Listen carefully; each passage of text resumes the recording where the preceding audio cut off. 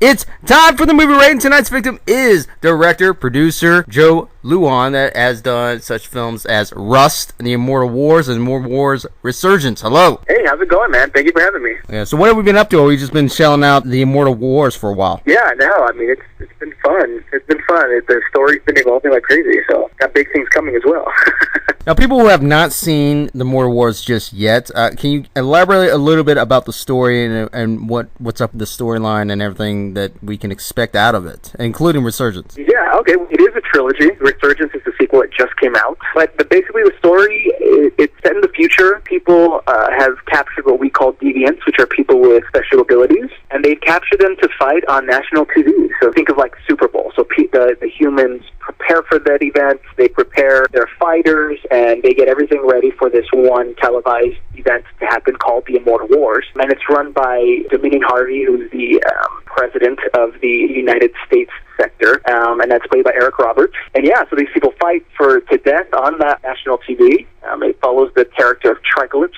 And the stories, it kind of shows a very Mortal Kombat type of layout, I want to say, with the first film. Without giving too much away, they fight. Triclops doesn't want to fight, and she's forced to fight to survive. She befriends another character called Iroh, and that's kind of what the first Immortal Wars is about. The second one picks up exactly where the first one left off. So that exact scene that this film is left off at, that's where part two starts. And part two has shifted a little bit. It's not more of the Mortal Kombat. It's kind of gone more into like a Resident Evil, Mad Max, Hunger Games type of feel. And that one, I've introduced a lot more characters. We're exploring more of the universe that I've created and kind of showing the audience and the viewers of the film how it is behind, obviously, the facility of Dominion Industries. Part one focused on just showing indoors and behind their closed doors, but now I'm showing them the world. And the third one is shifted to be something completely different. Well, that's really cool, because I've always enjoyed these types of versus type films, like Mortal Kombat and stuff like that, because I've always want more like that, because like Bloodsport, I've always enjoyed that, different kind of cultures, different kind of backgrounds, and then they're all just duking it out and so forth. But having to shift from that film to a sequel, having to shift slightly a different aspect of things, were you a little bit more cautious about making the sequel compared to making the actual first film? I mean, considering this was more different than the first film itself. I'll be honest, the scripts for the entire trilogy, they were done. I finished the script for all three films even before we started production on the first one. So that was already the original plan of where the story was going to go. When it comes down to the third one, though, I've had to rewrite the entire script 8 times now. If it's got, I guess I could say it's more, the reason of that is because certain characters or certain talents or situations that had to be made or decisions that had to be made that shifted a lot of the story, that'd be the reason why I've had to rewrite the script. It was always that plan to go from that Mortal Kombat feel. Now we're going into like more of the Resident Evil feel, and we're taking them out of the facility. The games are over in the sequel. So that was always the plan. But the third one now, I like to listen to feedback, and I like to hear from what the viewers and the fans of the films have liked certain elements, and they really did like that whole Mortal Kombat feel. So I will say this, this might be a little bit of a spoiler, but for the third one, I will be giving back to the fans a little bit more of the Mortal Kombat story, plot-wise, versus type of roles. I don't want to give too much away, but yeah, I will give that back. You can play with that a lot, actually, because even if you make a sequel or a third or fourth sequel, you can still have that one element and still have completely different elements mixed in together. Now, of course, it's a balance on its own, a little different, and it's definitely to take in, but if you have that one element that people really liked, stick with that one element and add other elements around it, and you can still have that same effect as you did in the first film. Exactly, yeah, and that's something that I really wanted to, when I was hearing comments, when I was asked questions during this recent press tour that I've been doing. That was one thing that kept on coming up, and I was like, you know what, no, let's go back to that. I want to dive back into that whole scenario of fighter versus fighter. And let's go that route again and incorporate it with something new and fresh for the third one. Obviously, that will be what the story is led up to. So, yeah. And when it comes to the directing portion of this, do you ever having to be more cautious to the point where you got to put yourself into the character that you're directing aside from just directing these moments? I'll be honest, it was challenging directing the second one. I'm pretty prepared, and I prepare myself a lot throughout pre-production stages of each film. With the second one, it did get a lot challenging directing one character solely because almost every scene had about 10 to 15 characters at one time. So it did get very hectic and crazy trying to focus on one certain thing, but then I still had to worry about all the other 9 characters that are interacting with this one character. Does that make sense? That was one of the biggest challenges I had with this film.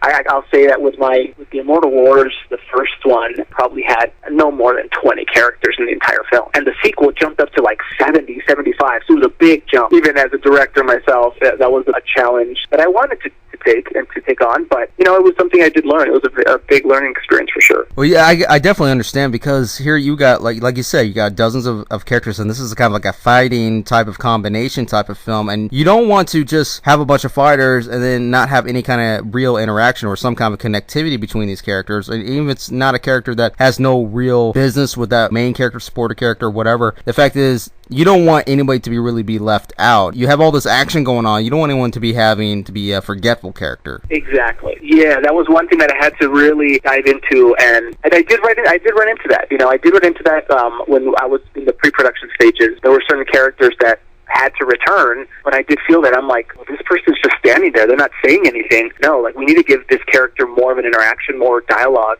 so that the viewers remember that character's there. So I did write in some extra scenes. I did adjust certain dialogue, and I was like, no, this person's going to say this instead. So I did do that just so exactly what you mentioned. That way there's no characters that are forgotten. Now, actors always nervous about having to get the right role and having to nail it down and so forth. But as a director, how do you ensure that you don't over-direct a sequence or emotional moment?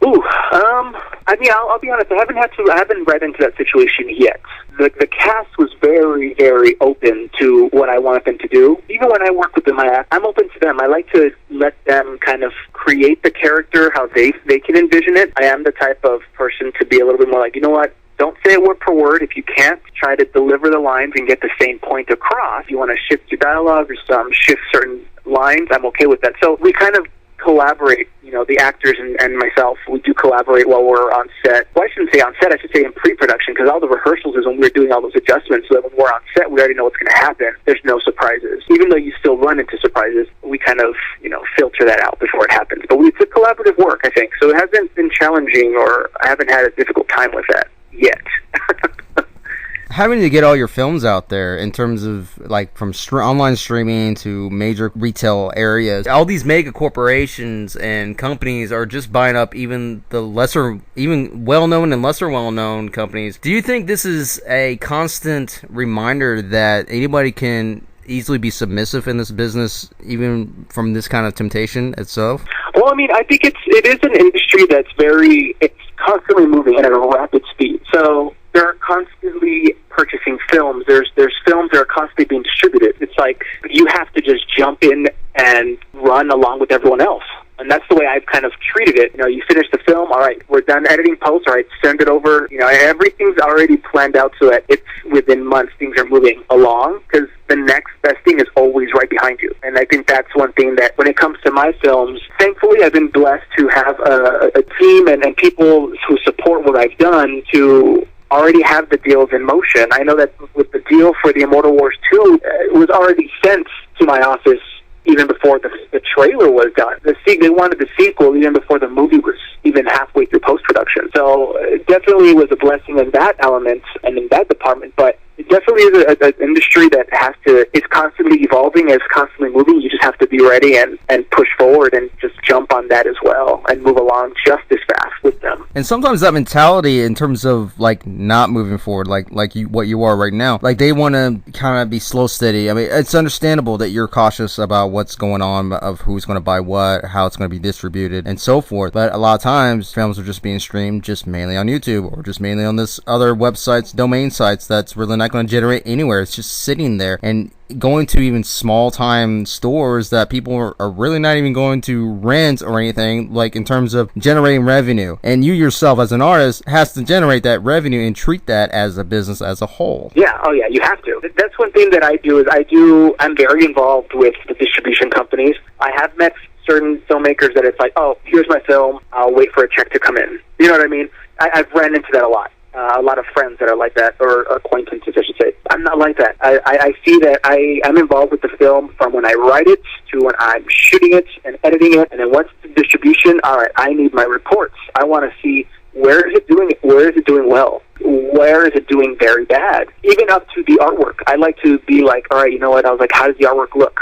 I want to see how it looks before it's released. And we jump back and forth, and that's a good relationship I have with my distribution company. They collaborate with me with that as well. I'm not sure if there's a lot of film directors out there. I would encourage them to be that way. These projects are an expression of our emotions or our feelings or what we're going through at that moment. It's our art that we're expressing. I think that we should be involved with it from beginning to the end. You know, and that's the way I am with each project. And I treat each project, even if it costed us $2,000 to make or $300,000, we're gonna treat it like $1 million and make sure it does its job and it gets out there so the world can see it. That's the way I treat each project. Now, what would you consider opportunities that seem great, but really it's either a trap or actually make less revenue for yourself? I'm not sure. I'll tell you this, all my films have recently just been released. So I'm still learning myself. I haven't ran into any situations or found to where I'm stuck or I'm not seeing something I'm not happy with yet. Yeah, I couldn't answer that right now, I'll be honest, because everything's new still for me. The temptation is all around you, and when you get like these kind of deals and you think it's a good deal, but oftentimes really it's not entirely a good deal despite the company, despite what they're offering, because technically you're only getting a fraction of what you're wanting to get and what you deserve. That's the problem with a lot of these companies that are buying up some of these films. And because they want to use those films to generate into something else. They want it to basically, it's like something in the back shelf of the store. They're going to use those to just generate a little bit extra cash. That's what they do. Oh yeah, and I think that's in any department as far as the business part of when it comes to films. There's always fine print.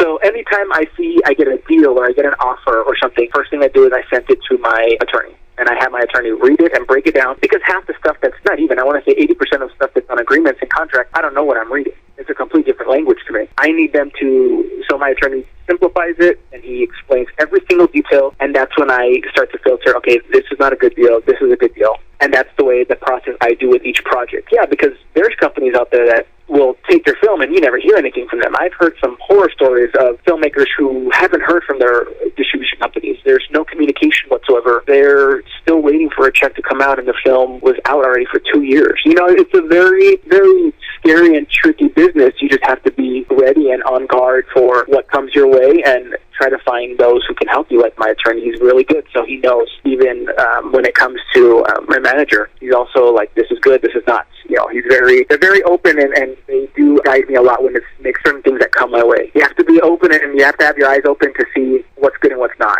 Yeah, everything will look good, everything will sound good when they're saying it, but when you see it on paper and on print, that's when things start to change.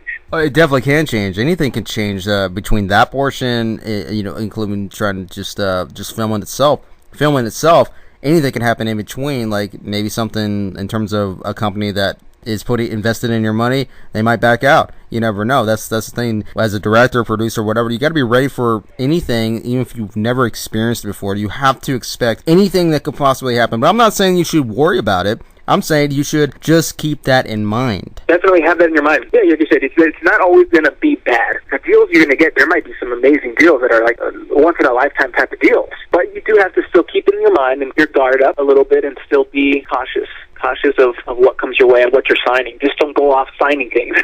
That'd be the biggest mistake you do, is don't go and you get an agreement, you sign it right away. There's a lot of details you need to go over and look into before you start signing anything. And of course, you as an artist, having to represent you as an artist, how do you keep yourself staying that this is what I am, this is what I represent? How do you keep yourself in that motion as well as other companies? And you understand what the companies do, but this is you can't just simply, you can sell yourself, but you got to make sure it's you as well, that this is you that you are putting up for sale, this is you that you're representing, this is you that you're expressing. I mean, how do you keep that art as yourself, even in check for other people? Honestly, it's hard. It really is hard. I do find that myself running into challenges like that. You know, I ran into situations where they just want my name on the project. You know, they just want my name on the project for certain reasons. It could be because if my name's on it, they might get a deal for distribution, or they just having my name attached might help them from the success and from the followers that my films, the Immortal Wars, have. So it is something that I do find challenging when it comes to trusting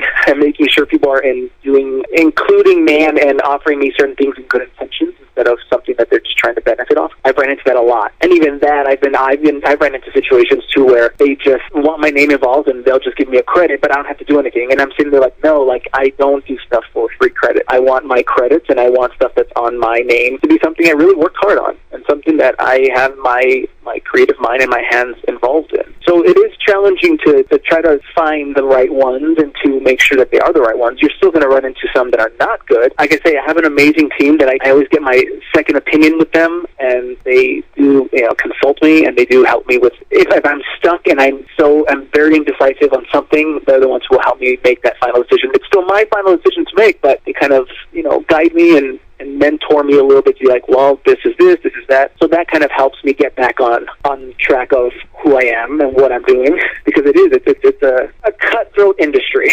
Well, of course, especially when you make that first film, there's many things that you're already racing through your head, because first of all, you want to make that next project. However, you got to get this first project out first, and having to get that out, and once you get a team going and stuff, you got to take those decisions from other people or suggestions that have actually, especially the ones that are actually experienced in this industry. And it's okay if you've been in this industry 10 years or whatever, it's still okay to take those suggestions and understand even further, because the more that you keep being in this business, the further that you understand more what's around you as an artist itself, what's around you in your environment, just like a character is revolved in a film. That's one thing that I've had with my executive producers for all my films.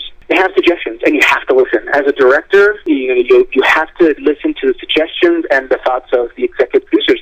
They're the ones who are investing in your projects. They're the ones who are literally, funding your project. You have to listen, and that's one kind of relationship I have with them. They make suggestions, I listen, I acknowledge what they're saying, but I make the decision at the end. And then that's kind of how it works. And you have to be that way as a director, as a filmmaker, or I think in any line of business. Those who are investing and those who are really putting, backing you up, you have to listen to them and acknowledge them. That's something very important. That's something I do all the time. Oh, definitely, man. Because if you don't, your representation as an artist itself will dissolve, because it'll be clouded by all these other offers, or just hit a dead end, and that's where your project's going to end up into a dead end. It'll just stay there. It won't go anywhere from anything that you want it to be. It'll just stay there. And unfortunately, if you don't take that leap, you won't succeed as what your vision will be. Oh yeah. And the one thing that I've been in the industry for, I want to say 17 years now. I've been making films. But what I've learned is I use the resources that I have. When it comes to my film Rust and Telephobia, those were projects. Those were, I'll say, a passion project that I worked on day and night. I used whatever resources I had. I was doing all that I can to make these films and complete them, and that's what kind of led me to being found by these investors and my producers, and it's kind of evolved from that. So you kind of just have to stick to it and keep on creating to make sure the project's done. I've heard so many stories of filmmakers not finishing their projects. They start something and there's the stress, or something happens, or they go through something to where they no longer want to finish it, and the projects never get done. It's kind of sad. It's pretty sad. It really is, because there's so many amazing pieces of art out there that people need to see. Well, go ahead and plug in any websites or anything that we can check out right now. You can find the Immortal Wars any major retail. You can watch it on Amazon Prime, I believe, is on there. The sequel is out there also to purchase or rent. And as far as the Immortal Wars, we also have Telephobia and Telephobia Chapter 2. Those are more of a hostile, Saw type of films, very gruesome, not for everyone. Those are another trilogy that I'm working on, which we start production on Part 3 in November of this year. That also is out on VOD platforms, so you can stream those and watch those. And Rust. Rust is also out. That's very Texas Chainsaw Massacre. That's also another trilogy out there.